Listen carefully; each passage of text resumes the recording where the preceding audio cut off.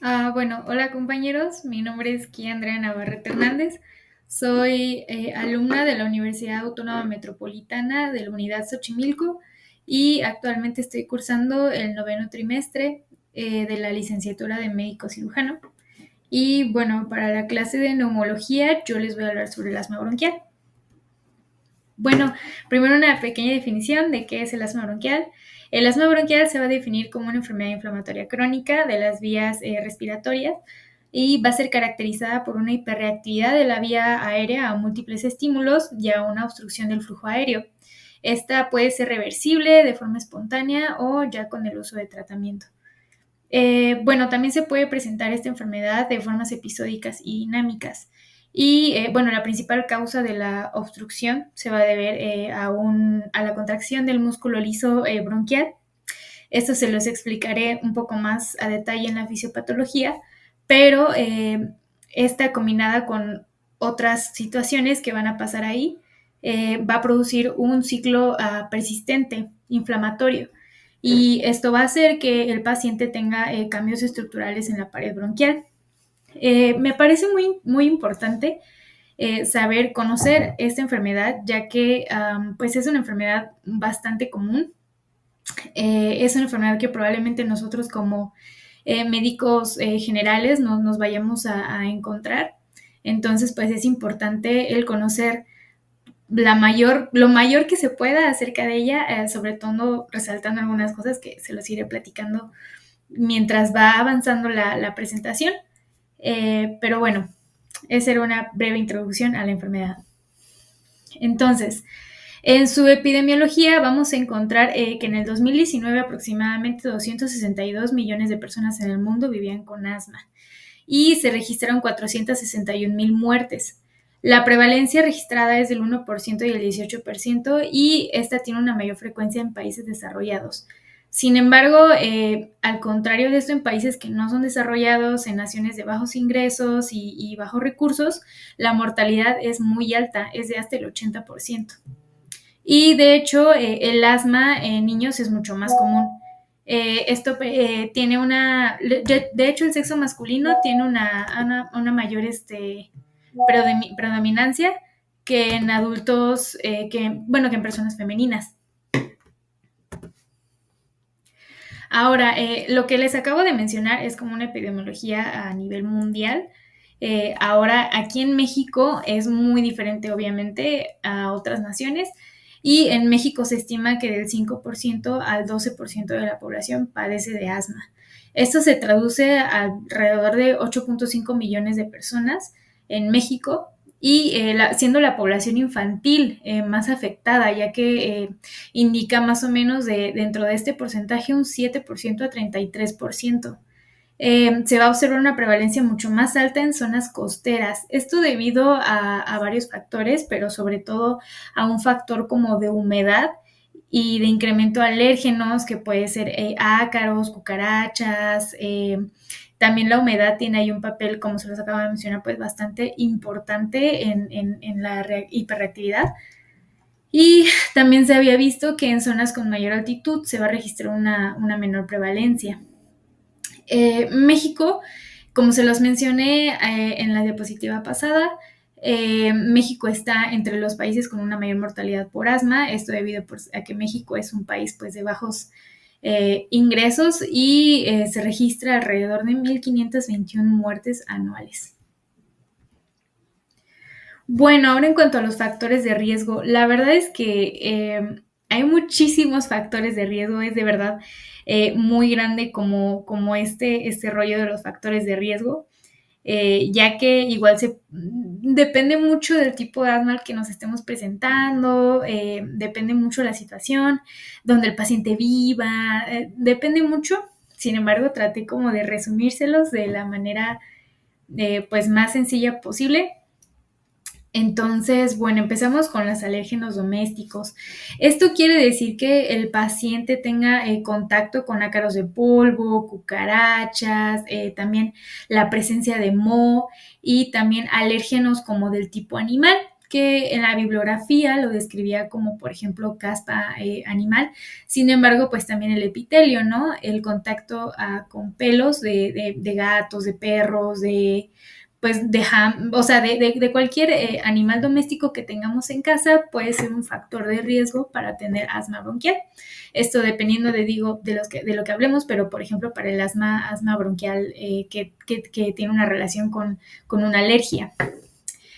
También tiene mucho que ver la contaminación urbana. Es lo que les comentaba de que dependía mucho, por ejemplo, de dónde vivía el paciente.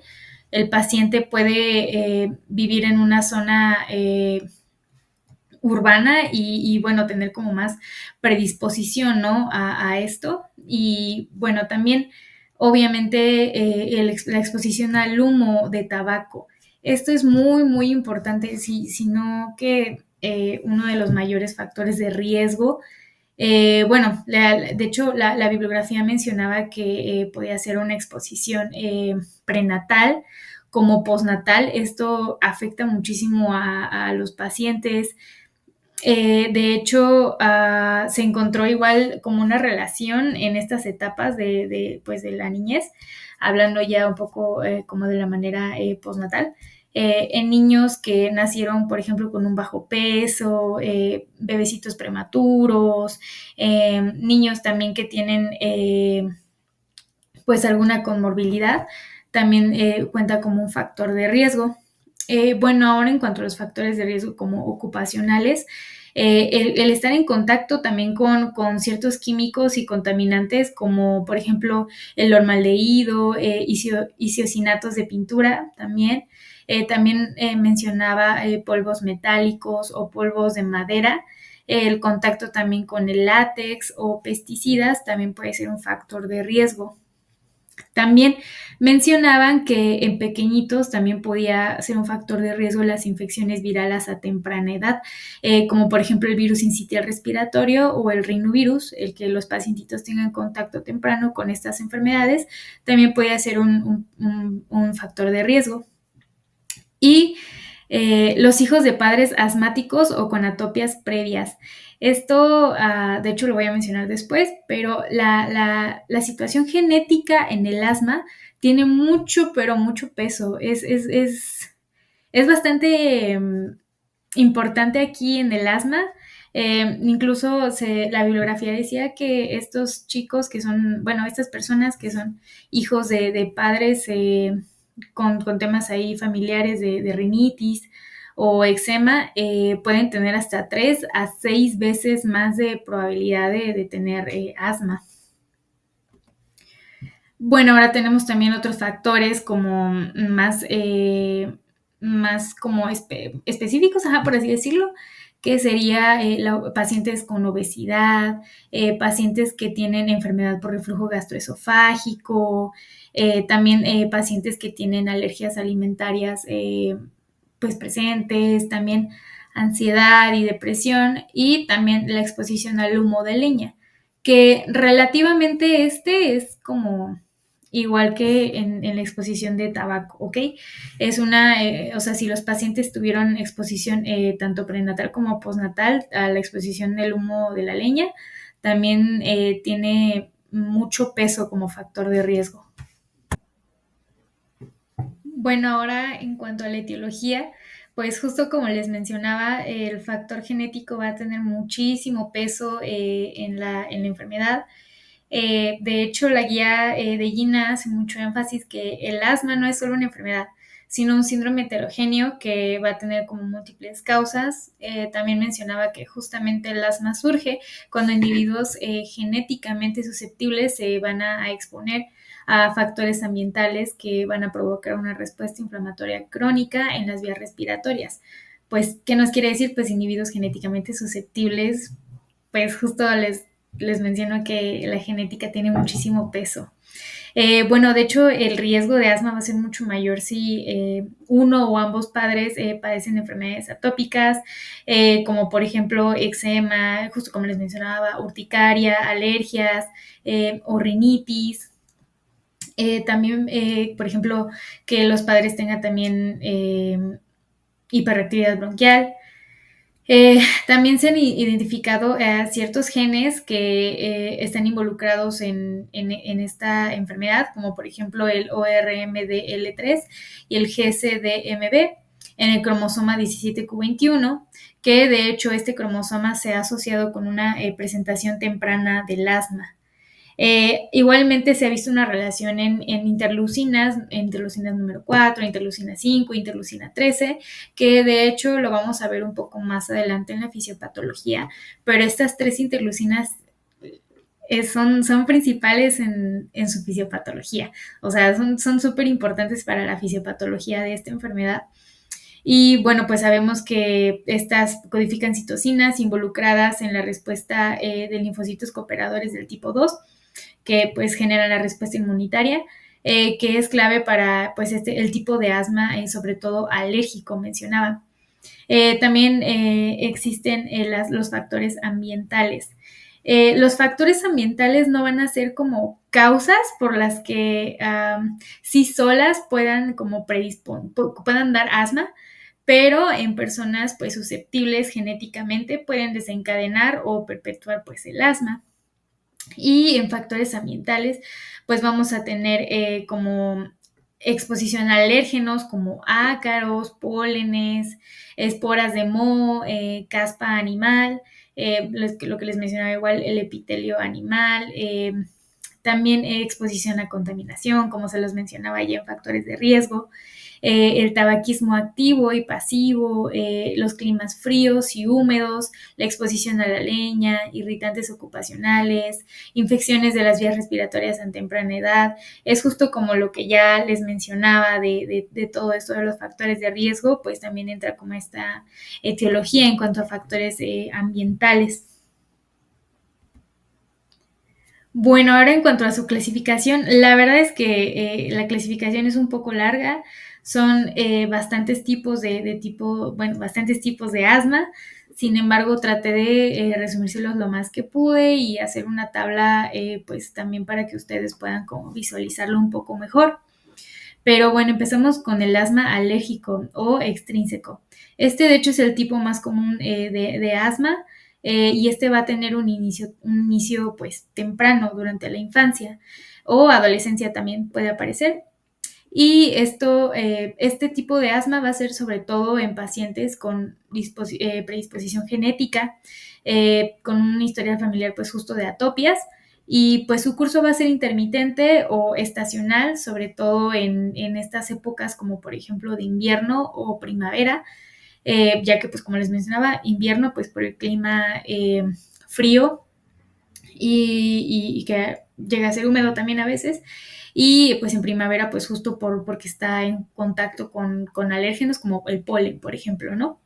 Y esta va a ser asociada va a ser asociada a la inflamación con los linfocitos linfocitos cooperadores del tipo 2. Y también aquí vamos a encontrar la IgE elevada y vamos a tener también la eosinofilia, que eso se los voy a explicar un poquito después, pero es importante mencionarlo. También vamos a tener el asma no alérgico o intrínseco. Este tiene un inicio pues más frecuente en adultos, sobre todo en aquellos mayores de 30 años. Aquí no se va a presentar pues como tal atopias o un historial familiar que nos sea de importancia para este tipo de asma y va a tener también un curso mucho más persistente y con una menor respuesta al tratamiento. Este es un asma un poquito complicado de tratar. Aquí vamos a tener también que no, es como les decía, no se debe como alguna alergia, alguna atopia. Y vamos a encontrar aquí neutrofilia o eosinofilia variable. No, esta no va a ser como muy a fuerzas como el asma alérgico, pero pues sí podemos llegar a encontrarlo. También vamos a tener el asma de inicio tardío, que esta va a comenzar en adultos, especialmente mujeres, esta va a afectar sobre todo a mujeres y también van a ser mujeres sin antecedentes personales de importancia o antecedentes heredofamiliares de importancia para la enfermedad. Y esta va a ser asociada todavía a mujeres, a personas con obesidad, con obesidad y también disfunción pulmonar progresiva. Esta también va a tener una pobre respuesta a esteroides, a tratamiento. Y bueno, también tenemos el asma ocupacional. Como les mencionaba, pues hay factores de riesgo que nos pueden predisponer al asma, y justamente el contacto con ciertos químicos podemos tenerlo, sobre todo en el ámbito ocupacional. Justamente pues la exposición laboral a irritantes o alérgenos. También estos pacientes, bueno, durante la historia clínica nos van a referir que pues ellos sienten una mejoría cuando ellos salen pues de la zona de trabajo, ¿no? O sea, ellos dicen que pues durante el trabajo me siento mal, tengo los síntomas, pero una vez que salgo, como si no tuviera nada, como si nada hubiera pasado. Entonces, pues esta es un poco más fácil de diagnosticar si nos vamos como por una historia clínica. Y también tenemos el asma inducido por ejercicio. Aquí los pacientes van a presentar síntomas como disnea, tos, lo explicaré un poco más en el cuadro clínico, obviamente, pero van a tener disnea, tos, las sibilancias también, y van a ser pues inducidas justamente por la realización de ejercicio. Sobre todo va a aumentar como, bueno, va a ser como más obvio si los pacientes hacen ejercicio en climas fríos o secos, como se los mencionaba, pues también es un factor de riesgo. Y también está un tipo de una clasificación que se llama asma inducido por AINES o la aspirina, que son en pacientes que son hipersensibles o intolerantes a los AINES o a la aspirina, y también pacientes que cursan con rinopatía o pólipos nasales. Y de hecho también aquí se conoce también como el síndrome de Samter. La verdad en este no voy a indagar tanto porque le había leído que en realidad era muy poco común, que no había como igual muchos datos de este, pero bueno, igual considero que es importante mencionarlo. Y bueno, ahora en cuanto a su fisiopatología, pues la fisiopatología, antes de introducir a la fisiopatología como tal, es súper importante, súper importante, porque si no le entendemos a la fisiopatología, no vamos a entender por qué el cuadro clínico, de dónde vienen los síntomas, por qué el tratamiento, por qué estamos recetando eso, para qué. O sea, es de verdad muy importante en el asma conocer la fisiopatología. Esta nos va a dar la respuesta pues de todo lo demás, y va a ser un poco más fácil de entender, un poquito más obvio también de entender. Entonces, bueno, empezamos. La inflamación va a ser el proceso patológico central del asma. Esto va a ser lo que nos va a desencadenar pues todo lo demás. Entonces, bueno, empezamos con que una persona genéticamente predispuesta se va a exponer a desencadenantes, llámese contaminación, llámese alérgenos, ácaros, epitelios de animales, polen, exposición a temprana edad de virus, exposición a tabaco de forma activa o pasiva, exposición, bueno, a ejercicio en climas húmedos o en climas secos o que son muy fríos. El chiste es de que la persona genéticamente predispuesta se va a exponer a un desencadenante. Esto lo que va a hacer es que va a activar el sistema innato de la vía aérea. Y esto va a producir que las células presentadoras de antígeno también se vayan a activar.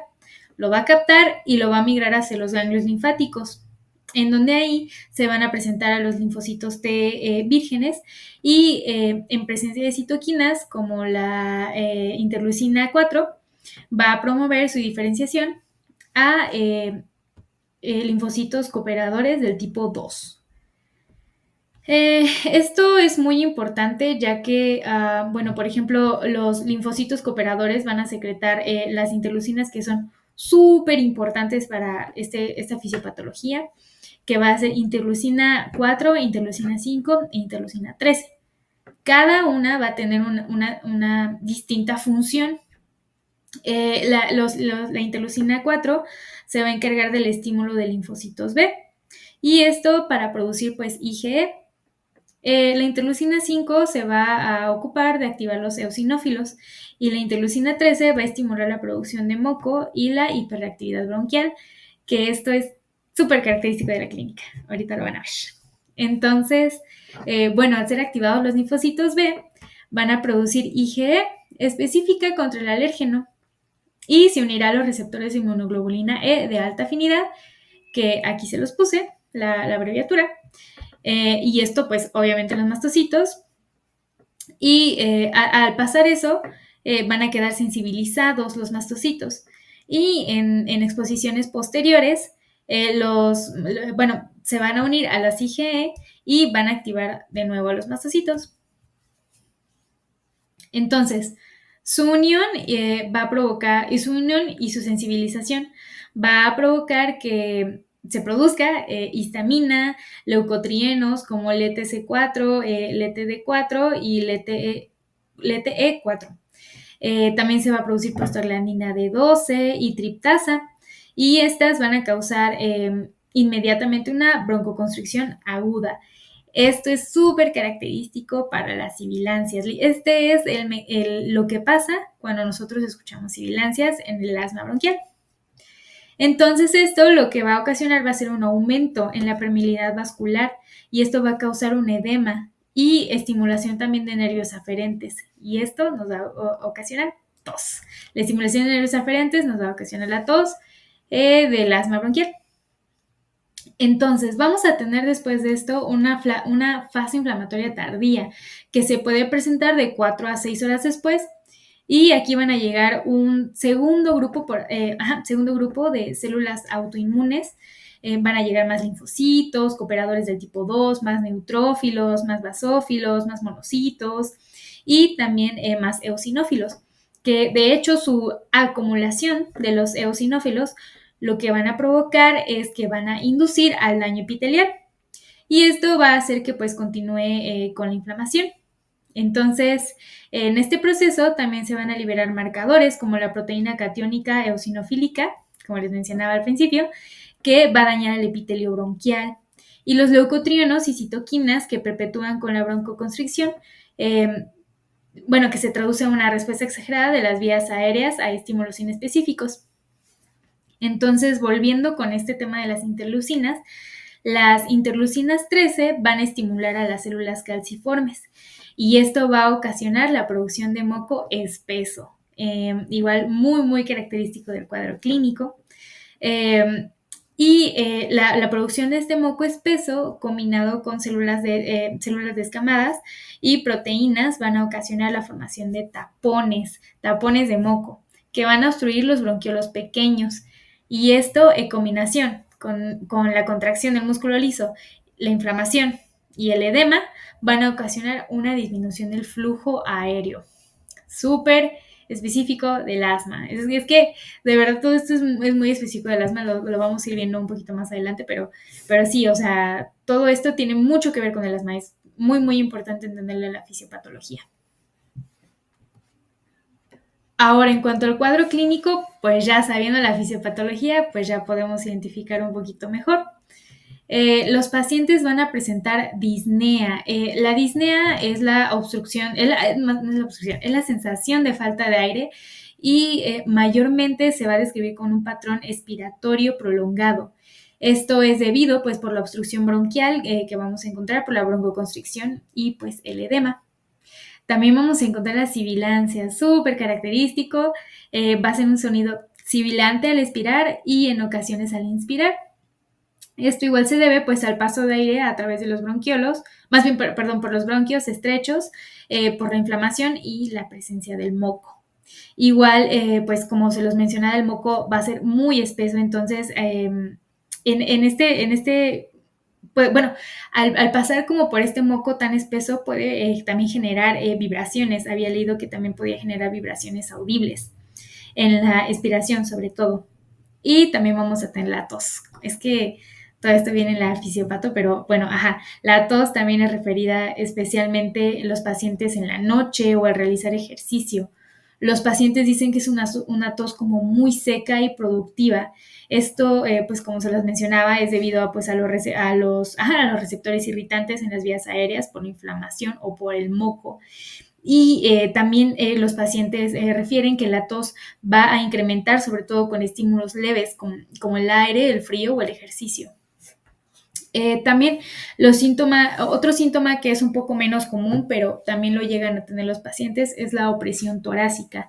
Los pacientes lo van a referir como como una sensación de constricción o peso en el tórax, esto debido a la contracción del músculo lisobronquial y al atrapamiento del aire. También vamos a tener la dificultad para respirar. Esto es debido porque la fase expiratoria va a ser un poco más prolongada que la inspiratoria, esto debido a la obstrucción del flujo aéreo, del flujo expiratorio por la broncoconstricción y el moco también. Entonces también vamos a tener otros síntomas como la taquipnea, esto debido pues al esfuerzo ventilatorio debido a la obstrucción y también pues por eso mismo vamos a poder también encontrar en raras veces y ya como en situaciones como un poco ya más graves el uso de músculos accesorios y retracciones, el uso de músculos intercostales o subclaviculares, esto debido pues al aumento de la resistencia del flujo aéreo. Bueno, ahora voy a hablar sobre los estudios complementarios. Como primera opción tenemos a la espirometría. Bueno, antes de adentrarme a la espirometría, me gustaría decir que pues realmente los estudios complementarios obviamente nos van a ayudar al diagnóstico de asma, van a ser una gran ayuda. Sin embargo, es muy importante que nosotros también realicemos una buena historia clínica y una buena exploración clínica al paciente, ya que pues por medio de estas pues más o menos nos podemos también ir orientando a si realmente es un posible diagnóstico. De igual manera pues podemos realizar pues diagnósticos diferenciales con la clínica, también con algunos estudios complementarios. Sin embargo, pues sí es importante tener todo esto pues en cuenta, porque pues la espirometría sí nos va a ayudar al diagnóstico. Sin embargo, pues va de la mano junto con la historia clínica y pues la exploración física. Entonces, bueno, ¿qué es la espirometría? La espirometría es una prueba funcional respiratoria que va a evaluar el volumen y velocidad de aire que un paciente puede inhalar y exhalar bajo como ciertas condiciones controladas. Entonces, esto también nos va a permitir cuantificar la obstrucción de las vías aéreas, ya que hay como valores que ahorita vamos a ver que nos permiten más o menos observar si el paciente tiene obstrucción, y también pues va a detectar la reversibilidad del flujo aéreo y también pues puede monitorear la respuesta al tratamiento. Esto igual es súper importante porque pues la espirometría no solo se tiene que realizar como una prueba diagnóstica, sino también se puede realizar como una prueba para evaluar cómo es que el paciente va reaccionando al tratamiento, si estamos teniendo pues los resultados esperados, si el fármaco es el adecuado para el paciente, si el paciente también tiene una buena adhesión al tratamiento, pues también podemos usar esta prueba. Entonces, bueno, en la espirometría vamos a tener valores, muchos valores, ¿no? Pero van a existir 4 valores que van a ser como nuestros valores clave. Entonces vamos a tener primero la capacidad vital forzada, que es la FVC, que en esta pues vamos a observar el volumen total de que el paciente va a exhalar forzadamente tras una inspiración máxima. Después tenemos el volumen expiratorio forzado en el primer segundo, que esta es FEV1, perdón, que como vemos, pues el volumen exhalado, pues va a ser el volumen exhalado en el primer segundo y de acuerdo a una expiración forzada. Después, bueno, cabe resaltar que en estas dos vamos a encontrar también, nos van a dar la respuesta si es que llegamos a sospechar de obstrucción, ya que cuando se ven disminuidas vamos a tener la sospecha, bueno, vamos a tener como la certeza de que hay obstrucción. Sin embargo, también va de la mano con un valor que son ambos valores juntos, que es FEV1 y FVC juntos, que esta se va a traducir como en un porcentaje y esta, al igual estar disminuida, menor a 70%, también pues nos va a hablar de alguna obstrucción. Y también tenemos el flujo expiratorio pico, el PEF, que este nos va a hablar de la máxima velocidad de flujo en la expiración, en la que nos va a hablar como de la máxima expiración de flujo y esto en el asma va a estar disminuido. De hecho, este valor también nos va a ayudar como a monitorear la enfermedad. Entonces, para realizar esta prueba existen como dos fases, la espirometría basal y la espirometría postbroncodilatadora. Entonces, en la espirometría basal se realiza normal, sin necesidad de administrar ningún medicamento, se le pide al paciente que pues, la realice. Y aquí vamos a observar sobre todo el FEV1, el FVC y el valor junto de estos dos, como les mencioné, que era FEV1 y FVC, en donde pues nos va a decir, el valor como importante aquí es el FEV1, que aquí nos vamos a dar cuenta que si está disminuido y el porcentaje de ambos también, del FEV1 y el FVC, también va a estar disminuido, o sea, menor al 70%, nos va a hablar de una obstrucción al flujo aéreo. Entonces, en la prueba basal es FEV1 disminuido y el valor de ambos de FEV1 y FVC disminuido. Nos va a hablar de una obstrucción al flujo aéreo. Después, en la prueba postbroncodilatadora se le va a aplicar al paciente un broncodilatador, que es generalmente 400 microgramos de salbutamol, en donde, el salbutamol, esto lo veré un poco más adelante del mecanismo de acción del salbutamol y todo esto, pero el salbutamol es un agonista beta 2. Se da inhalado y se tiene que esperar al paciente de 10 a 15 minutos para poder volver a realizar la espirometría y se realiza pues a repetición del valor FEV1. Entonces, para el criterio de mayor reversibilidad positiva, vamos a necesitar un incremento de FEV1 mayor al 12% y mayor a 12 mililitros respecto al valor basal. Esto nos habla de que hay una reversibilidad significativa en el flujo aéreo, entonces nos da una alta sospecha de asma. Esto es muy, muy característico del asma, porque, recordemos que el asma tiene broncoespasmo, tiene moco, tiene edema, y, estas causan una obstrucción reversible.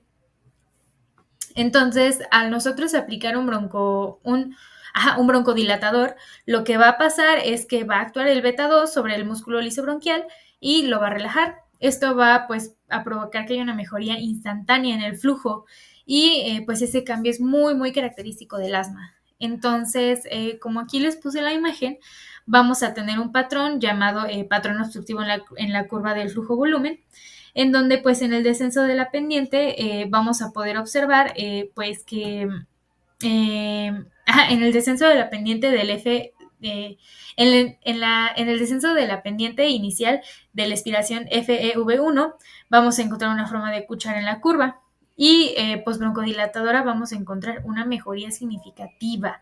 Esto, les digo, es muy, muy, muy, muy común de asma porque pues tiene sentido con la fisiopatología si nos ponemos a pensar.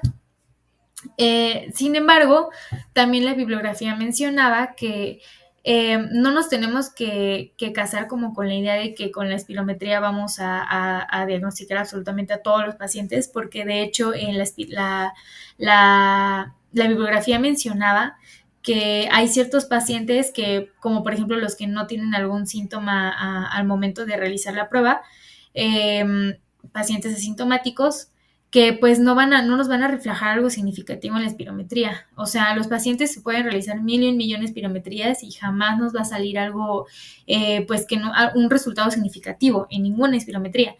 Y esto no quiere decir que no podamos hacer el diagnóstico de asma o que el paciente no tenga asma. Por eso, pues, es justo importante lo que les mencionaba de realizar, pues, una buena clínica y una buena historia una buena historia clínica, y una buena exploración física. Igual, de todas formas, tenemos pruebas complementarias que también nos pueden ayudar a esto, como la siguiente prueba de las que les voy a hablar, que es la medición de variabilidad de flujo expiratorio máximo. Aquí pues se va a evaluar el flujo expiratorio máximo varias veces al día por 1 a 2 semanas, dependiendo aquí del paciente. Y esta se va a realizar justamente para detectar una variabilidad diurna o relacionada a estímulos como el ejercicio, la exposición a alérgenos, para que nosotros pues podamos observar qué es realmente lo que lo está ocasionando y también poder diferenciarla pues de los demás tipos de asma. Entonces, bueno, para que tengamos un resultado positivo en esta prueba, vamos a tener que la variación diurna del flujo expiratorio máximo va a tener que ser mayor del 10 al 13%, o con una variabilidad en la mañana y en la noche, o ante las exposiciones a desencadenantes, como pues se los acabo de mencionar, ¿no? Ejercicio o alérgenos. Después está esta siguiente prueba que se llama prueba de provocación bronquial. Se puede realizar con diferentes estímulos, como por ejemplo la metacolina, la histamina o el ejercicio. Y pues esta prueba se realiza al paciente, pues dándole a inhalar estas sustancias que les mencioné, la metacolina o la histamina, o haciendo ejercicio. Y bueno, esto va a hacer que se estimulen los bronquios con la metacolina y la histamina. Y pues esto se hace como para lograr detectar si hay hiperreactividad bronquial, sobre todo en pacientes que, como les acabo de mencionar, pues la espirometría no nos arrojó nada significativo, no nos arrojó algo con relevancia. Se usa en esto. Sin embargo, pues sí tienen los pacientes síntomas clínicos, entonces pues se realizan en estos pacientes. Y el resultado va a ser positivo cuando hay disminución del FEV1 menor al 20%, sobre todo bueno, después de una inhalación. Y esto nos habla pues de una respuesta broncoconstrictora positiva. También vamos a tener otra prueba llamada eosinofilia en sangre periférica o esputo inducido.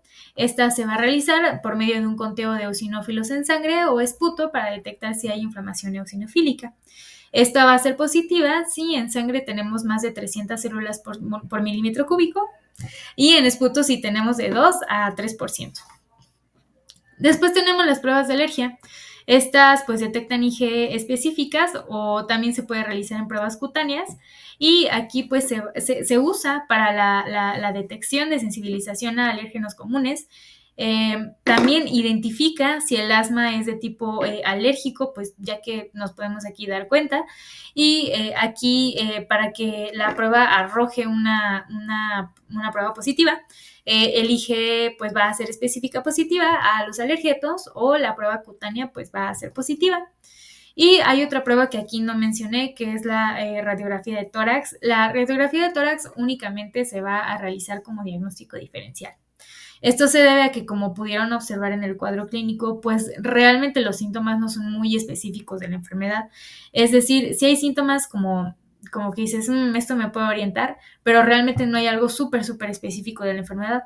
Por lo tanto, podemos llegar a confundir también esta enfermedad, porque como por ejemplo con el EPOC igual necesitamos algún factor de riesgo como la exposición al tabaco de forma pasiva o activa o exposición a contaminación.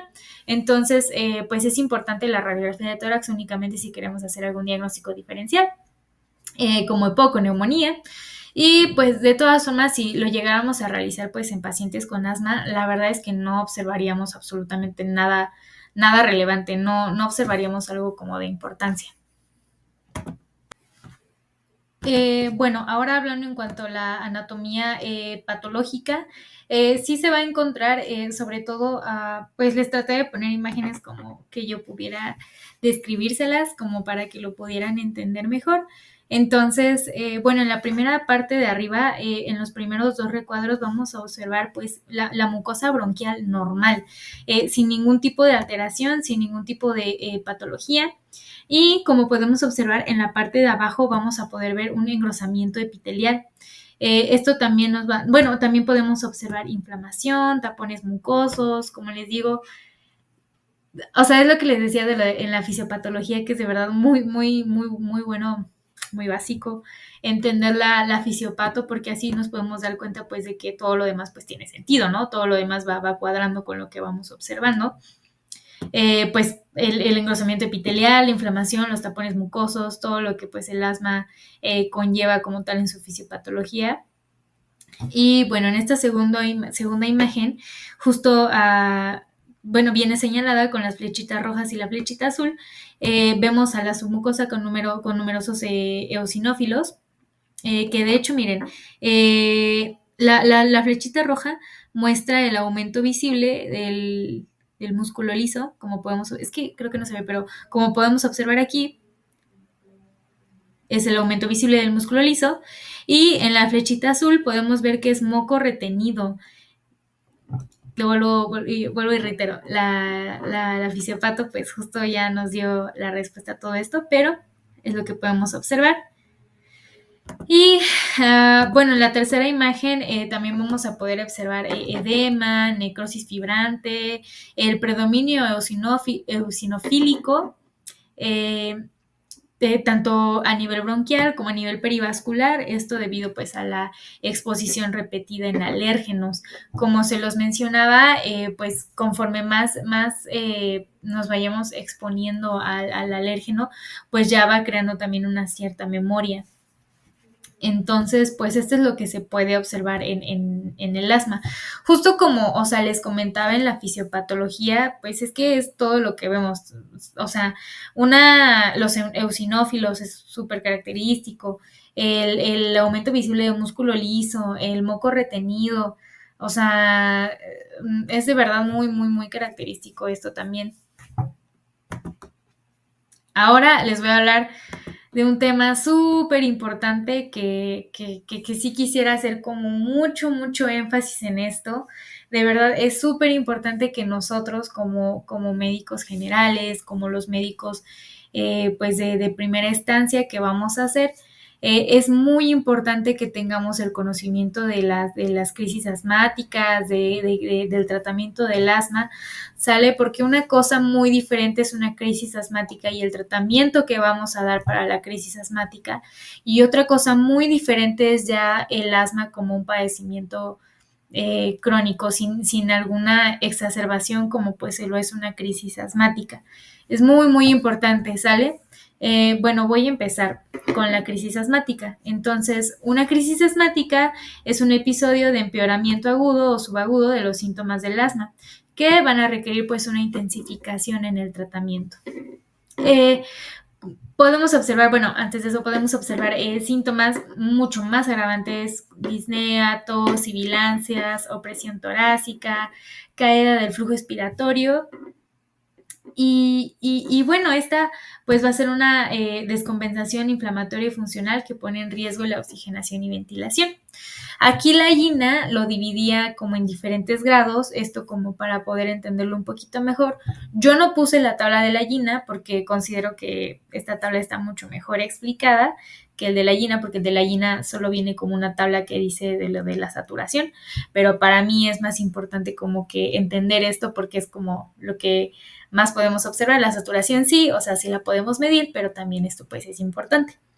Entonces, bueno, en el primer grado vamos a encontrar a la leve o moderada, entre leve y moderada. Entonces, aquí pues el paciente va a llegar hablando normal, va a ser una saturación mayor a 94%, el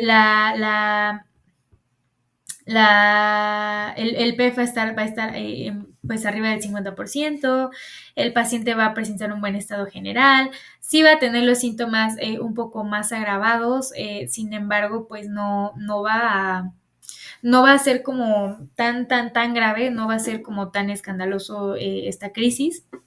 Y bueno, ahora está la grave. En la grave el paciente va a hablar entrecortado, como que observamos que al paciente como habla como si le hiciera falta el aire. No sé si me di a entender. También vamos a encontrar pacientes con taquipnea, el paciente va a llegar saturando ya en menor a 94%, el PEF igual ya va a estar abajo del 50%. Aquí ya podemos observar que pues definitivamente se ve pues una super diferencia entre una leve moderada o una grave. La leve moderada, pues el paciente todavía llega como con un buen estado general, justo como lo mencionaba, y ya pues en la grave ya el paciente empieza a tener algunos síntomas muchísimo más agravados y pues un poco más, pues que nos llamen un poco más la atención a nosotros, ¿no? Y después está la amenaza de vida, que aquí es cuando el paciente ya de plano llega o sea, ya no habla, ya nada más está sin respirar, bradipnea, cianosis, el paciente usa, el paciente presenta uso de músculos accesorios. Recordemos que esto se debe a que pues el paciente va a intentar respirar, o sea, los músculos accesorios se usan como cuando hay dificultad respiratoria, cuando los pacientes tratan de respirar. Va a haber hipercapnia, somnolencia o agitación.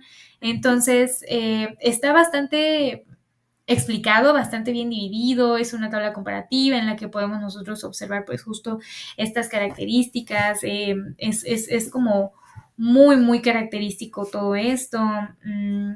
Es importante que nosotros las distingamos también, ya que pues a través de esto ahorita nos vamos a poder dar cuenta de que pues justo de esto va de la mano igual el tratamiento, ¿no? Entonces, bueno, ahora, el tratamiento de crisis asmática. Aquí va el pleito que los médicos tienen, ¿no? Bueno, primeramente empezamos con el primer tratamiento, que es el oxígeno suplementario. Pues el oxígeno suplementario pues va a mejorar la hipoxemia, ¿no? Y pues también va a prevenir la hipoxia tisular, que esto igual pues es una complicación que pues a nosotros nos preocupa. Pues su mecanismo de acción es que va a actuar aumentando pues la presión parcial del oxígeno alveolar y va a corregir la desaturación. El paciente va a comenzar a saturar mejor, arriba del 94%. Pues esta realmente se puede administrar por medio de cánula nasal en situaciones leve a moderada. Sin embargo, ya en situaciones graves ya se recomienda pues ya mascarilla simple o de reservorio. Y pues esta la vamos a mantener, se mantiene hasta que el paciente vuelva a saturar arriba del 94%. Después vamos con los famosísimos agonistas beta 2 de acción corta o SABA, el famosísimo salbutamol. Bueno, ahora sí, como les decía, pues les voy a hablar un poquito más a fondo del salbutamol. El salbutamol es un broncodilatador, ¿ok? Es un broncodilatador que son rápidos, estos broncodilatadores son rápidos. Y pues de hecho este es el primer fármaco de elección en caso de tratamiento de crisis asmáticas por agonistas beta 2 de acción corta. Lo que va a hacer es que va a estimular los receptores beta 2 adrenérgicos en el músculo liso bronquial. ¿Esto qué va a provocar? Va a provocar una relajación en el músculo y va a provocar también la broncodilatación. De hecho, la broncodilatación va a ser muy rápida. Nosotros la podemos observar en que el paciente va a tener su broncodilatación en menos de 5 minutos. O sea, es un efecto muy, muy rápido. Y aquí, esta se va a poder administrar por medio de un inhalador dosificado, se administran de 4 a 10 inhalaciones cada 20 minutos por una hora o por nebulización también se puede administrar con solución salina. Y bueno, después de que pase la crisis, también nosotros la vamos a administrar. Se dan de una cada 4 horas según el paciente, según el cómo nosotros veamos la evolución y se va a retirar progresivamente. Hice una diapositiva literalmente especial para explicar por qué el salbutamol no se da como tratamiento de mantenimiento. Es muy, muy importante, por eso hice una diapositiva aparte, porque, bueno, ahorita ya lo explicaré un poco más adelante, pero es de verdad muy, muy importante que nosotros como médicos generales, pues conozcamos del por qué no se da, ¿ok? También quisiera hablarles un poco sobre el uso de estos inhaladores y todo eso, pero eso se los explicaré un poquito más adelante porque también es muy importante que nosotros como médicos de primera instancia le recalquemos a los pacientes el por qué es tan importante que tengan una buena adhesión al tratamiento y una buena técnica al momento de hacerlo, porque justamente un doctor en la clínica nos comentaba que el problema no es lo que administramos. No siempre ese es el problema, sino que a veces el problema es que los pacientes no saben cómo usarlo. La mayoría de los pacientes no saben cómo usar los inhaladores como este que les puse acá, los inhaladores en polvo. O sea, de verdad, los pacientes no lo saben y eso justo a nosotros nos limita mucho a la hora del tratamiento. Pero eso se los explicaré un poco más adelante. Bueno, después están los anticolinérgicos de acción corta o los AMA. Por ejemplo, aquí tenemos el ipratropio, el bromuro. Estos van a ser broncodilatadores aditivos y se van a usar en crisis moderadas a graves junto con el salbutamol. Siempre se dan juntos, no se dan separados. Y pues lo que van a hacer este medicamento es que va a bloquear los receptores muscarínicos M3. Esto va a hacer que haya una disminución en el tono vagal bronquial y esto va a aumentar la broncodilatación. Se puede administrar también nebulizando o junto con el salbutamol o también junto al inhalador. Depende cómo nosotros lo queramos usar o cómo es que le indiquemos al paciente. También van a estar los corticoides sistémicos, como por ejemplo la prednisolona oral o la metilprednisolona, esta pues ya se da vía intravenosa. Estos lo que van a hacer va a ser disminuir la inflamación de las vías aéreas, restaurando la sensibilidad a los beta 2. De hecho, había leído que estos medicamentos únicamente se dan cuando pues el salbutamol, bueno, los corticoides, bueno, más bien, los agonistas beta 2 de acción corta pues ya no tienen un gran como, o sea, ya son como resistentes los pacientes que ya no tienen sensibilidad a beta 2. Y bueno, lo que va a ocasionar esto es la inhibición de citoquinas inflamatorias como interleucina 4, interleucina 5, interleucina 13, lo que les mencionaba que estaba como muy relacionado a la fisiopatología. ¿Y qué es lo que van a hacer? Van a suprimir los eosinófilos, los mastocitos, el edema bucoso va a disminuir y pues esto también nos va a ayudar. Se puede administrar vía oral, preferentemente esta es la vía en la que se recomienda que se administre. Sin embargo, también se puede administrar vía intravenosa en caso de que el paciente pues no nos tolere la vía oral.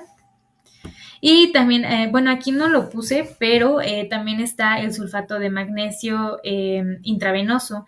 Este únicamente se da en crisis muy graves o con una muy mala respuesta a los tratamientos de rescate. No es muy común, pero sí se da, es importante mencionarlo. Su mecanismo de acción es que va a relajar al músculo y va a actuar como un antiinflamatorio leve. Esto va a hacer que se bloquee la respuesta, bueno, más bien la entrada de calcio al músculo y pues va a estabilizar los mastocitos. Pues es un broncodilatador leve y pues se da en una única dosis, por eso pues tampoco es muy recomendable. Bueno, ahora la diapositiva especial, ¿no? ¿Por qué no se da el salbutamol como de mantenimiento? Bueno, pues recordando otra vez la fisiopatología, el salbutamol pertenece a la familia de los broncodilatadores de acción corta. Esto quiere decir que, como lo podemos observar en la diapositiva pasada, realmente ninguno de estos fármacos de tratamiento de crisis asmática nos van a referir que tienen un mecanismo de acción en cuanto a la inflamación. Si se dan cuenta, únicamente va a manejar los síntomas, los van a aliviar, pero no nos va a manejar lo que nos importa, que es la inflamación crónica.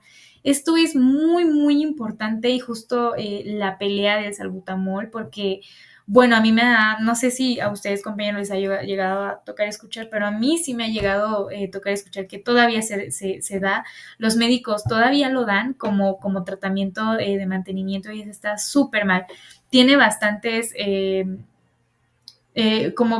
efectos adversos, como muy malas. Sí, como bastantes efectos adversos que nos puede llegar a ocasionar. Bueno, pues lo que va a hacer el salbutamol, pues justo es un broncodilatador de acción corta, o sea, su vida media va a ser muy corta, entonces va a abrir los bronquios temporalmente, pero la pared bronquial va a seguir inflamada y esto va a seguir conteniendo eosinófilos, linfocitos cooperadores del tipo 2, entonces el asma no se va a curar, o sea, esto no nos va a resolver, es lo que les mencionaba, solamente van a aliviar los síntomas, pero no nos está dando realmente el tratamiento que debemos de usar, o sea, la desinflamación. Entonces, justo la Gina mencionaba que el asma progresa silenciosamente.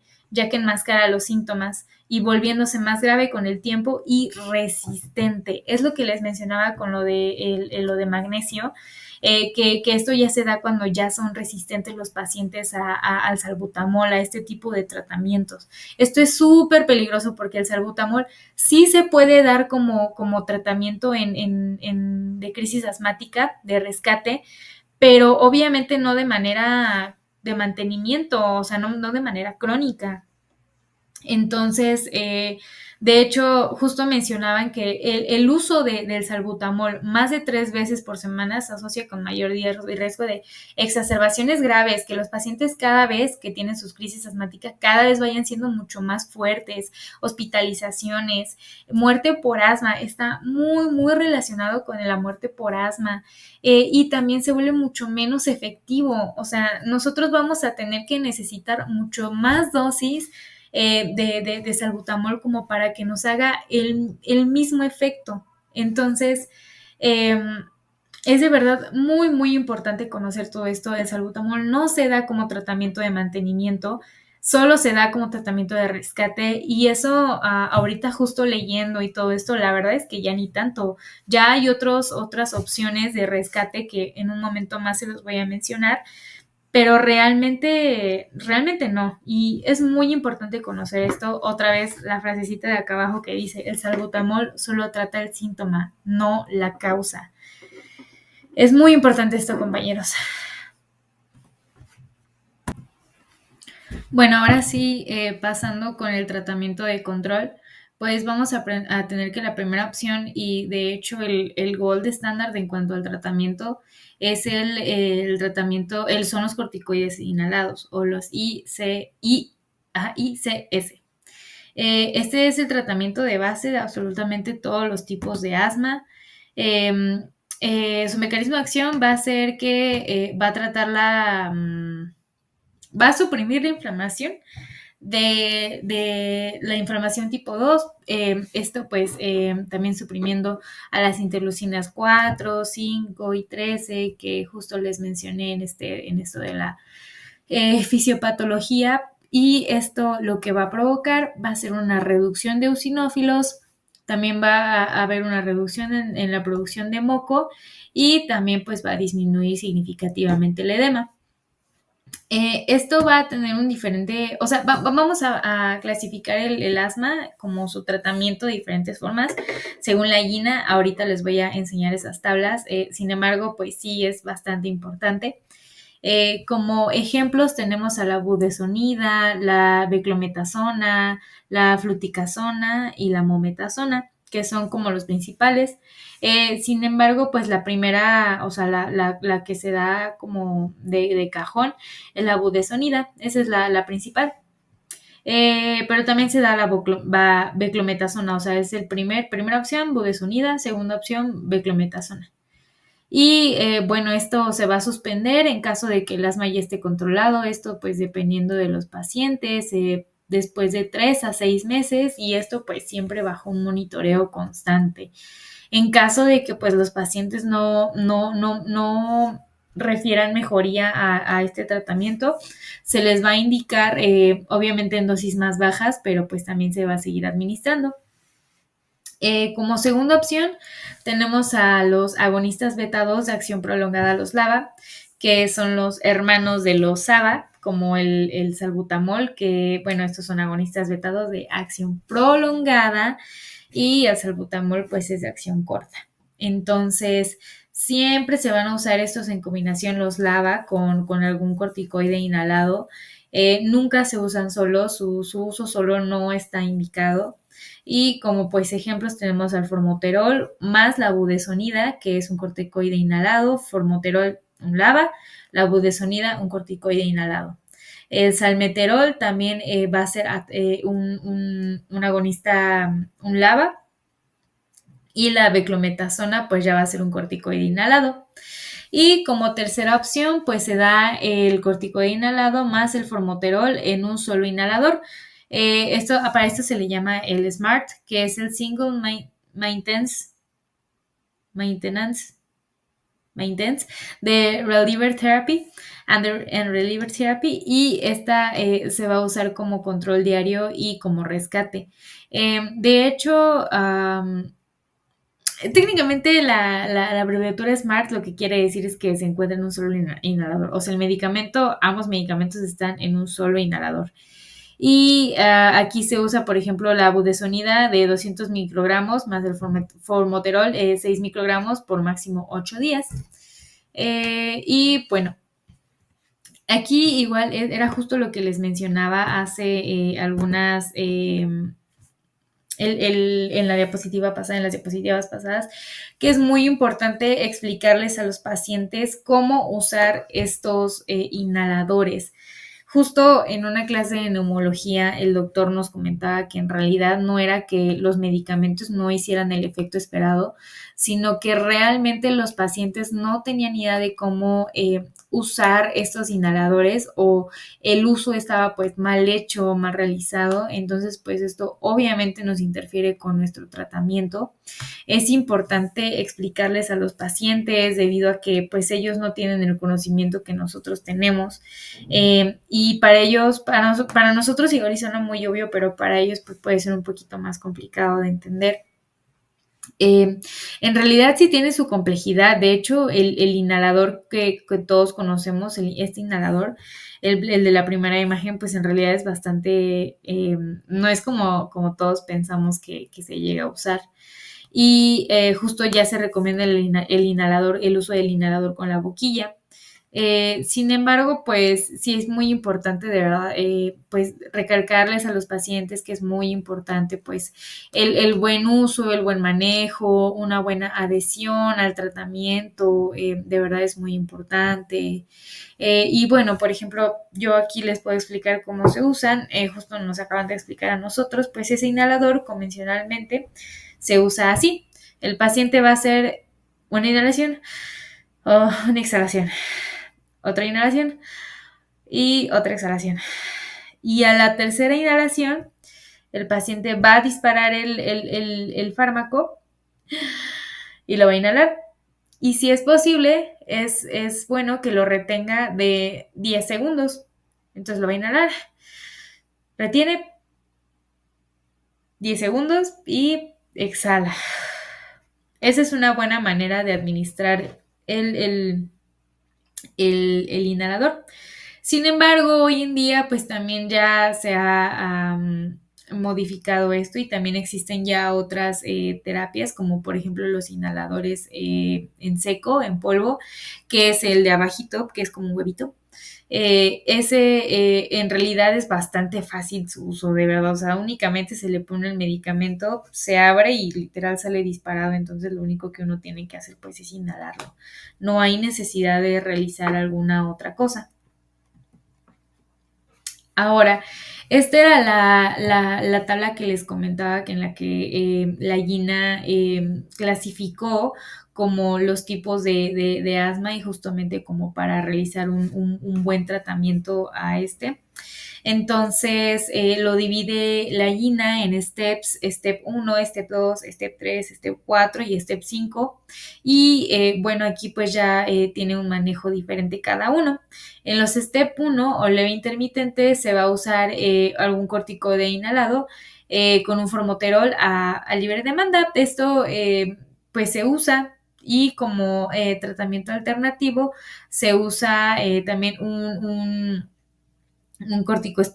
corticoide inhalado más un SABA. Esto pues puede ser como por ejemplo los ejemplos que les mencioné, que puede ser una,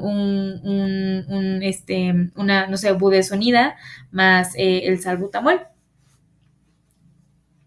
Y también vamos a tener los rescates, que también aquí sería el formoterol o SABA, es diferente en cada uno. Y también tenemos el step 2, que este sería leve persistente. El manejo también va a ser con corticoides inhalados, con el formoterol, o una baja dosis de un corticoide inhalado más otro corticoide inhalado, o formoterol a libre demanda. Y como una segunda alternativa tenemos a unas dosis bajas de corticoide inhalado más un SABA a demanda, que pues igual puede ser el salbutamol. El rescate pues va a ser exactamente igual, el formoterol o el SABA. Y en el step 3 ya va a ser moderado. Aquí se tiene una dosis media de un corticoide inhalado o formoterol, eh, un corticoide inhalado y formoterol más la demanda, o sea, más lo que el paciente refiera. Y se usa como un segundo tratamiento una dosis media de corticoides inhalados más un SABA, que también pues, puede ser salbutamol. Y acá se usa como rescate el SMART o SABA, que pues es justo lo que les mencionaba acá, que era un corticoide inhalado más un formoterol, o pues el SABA un salbutamol. Entonces, en el step 4 vamos a tener que, pues aquí no, ya va a ser de persistente a moderado, o sea, ya vamos a tener como una situación acá un poco más locochona. Y bueno, aquí únicamente se va a dar igual un mantenimiento ya a dosis altas de un corticoide inhalado o formoterol, y esto pues a demanda. También pues, pues sí, realmente es esto. Y uno de rescate, bueno, más bien de segunda dosis, vamos a tener una alta dosis igual de corticoides inhalados más algún SABA. Igual ya se considera aquí como LAMA, añadirse en segundo caso. Eh, y bueno, también aquí los de rescate puede ser igual Smart o SABA. Y en el step 5, que ya sería asma grave, serían terapias avanzadas. Aquí ya se añaden otro tipo de fármacos como tiotropio, roflumilast, acitromicina o biológicos tipo 2 según el fenotipo y la severidad. Ahora, también existe como ciertas, cómo nosotros podemos saber que el paciente está cursando actualmente como por una, como por qué tipo de asma estamos teniendo, si nos estamos enfrentando contra una persistente leve, una persistente moderada. Entonces, aquí lo que tenemos que hacer es que, bueno, vamos a tener que hacerles un cuestionario a los pacientes. O sea, durante las últimas 4 semanas se les debe de preguntar a los pacientes pues las siguientes preguntas. Se les pregunta a los pacientes si ha tenido síntomas de asma más de 2 veces por semana. Eh, por ejemplo, se les pregunta si han tenido como síntomas diurnos o nocturnos, si han sido durante el día los síntomas del asma, o durante la noche a tal grado de que los despierta. Si su medicamento de rescate ha sido usado más de 2 veces por semana. Igual se pregunta si ha tenido como alguna limitación de actividades físicas debido al asma. Aquí nos podemos dar cuenta si los pacientes realmente están controlados o están teniendo pues justamente una buena respuesta a los tratamientos que nosotros hemos estado dando. Entonces, igual nosotros vamos a poder evaluar, como les mencionaba también con espirometrías, la función pulmonar. Esto pues ya dependiendo de nosotros, eso pues ya no lo podemos preguntar al paciente. Y pues aquí están, ¿no?, los síntomas diurnos. Los pacientes pues si dicen que no, persistente leve que ellos refieren de más de 2 días a la semana, persistente moderada que son diario los síntomas que son súper molestos, y persistente grave pues ya, ¿no?, de que todo el día están así, todo el día tienen síntomas de asma, ¿no? O la disnea, las sibilancias. Luego, de acuerdo a la medicación de rescate, si la han usado 2 días o menos a la semana, más de 2 días a la semana pero no diario, persistente moderada todos los días, persistente grave pues varias veces al día.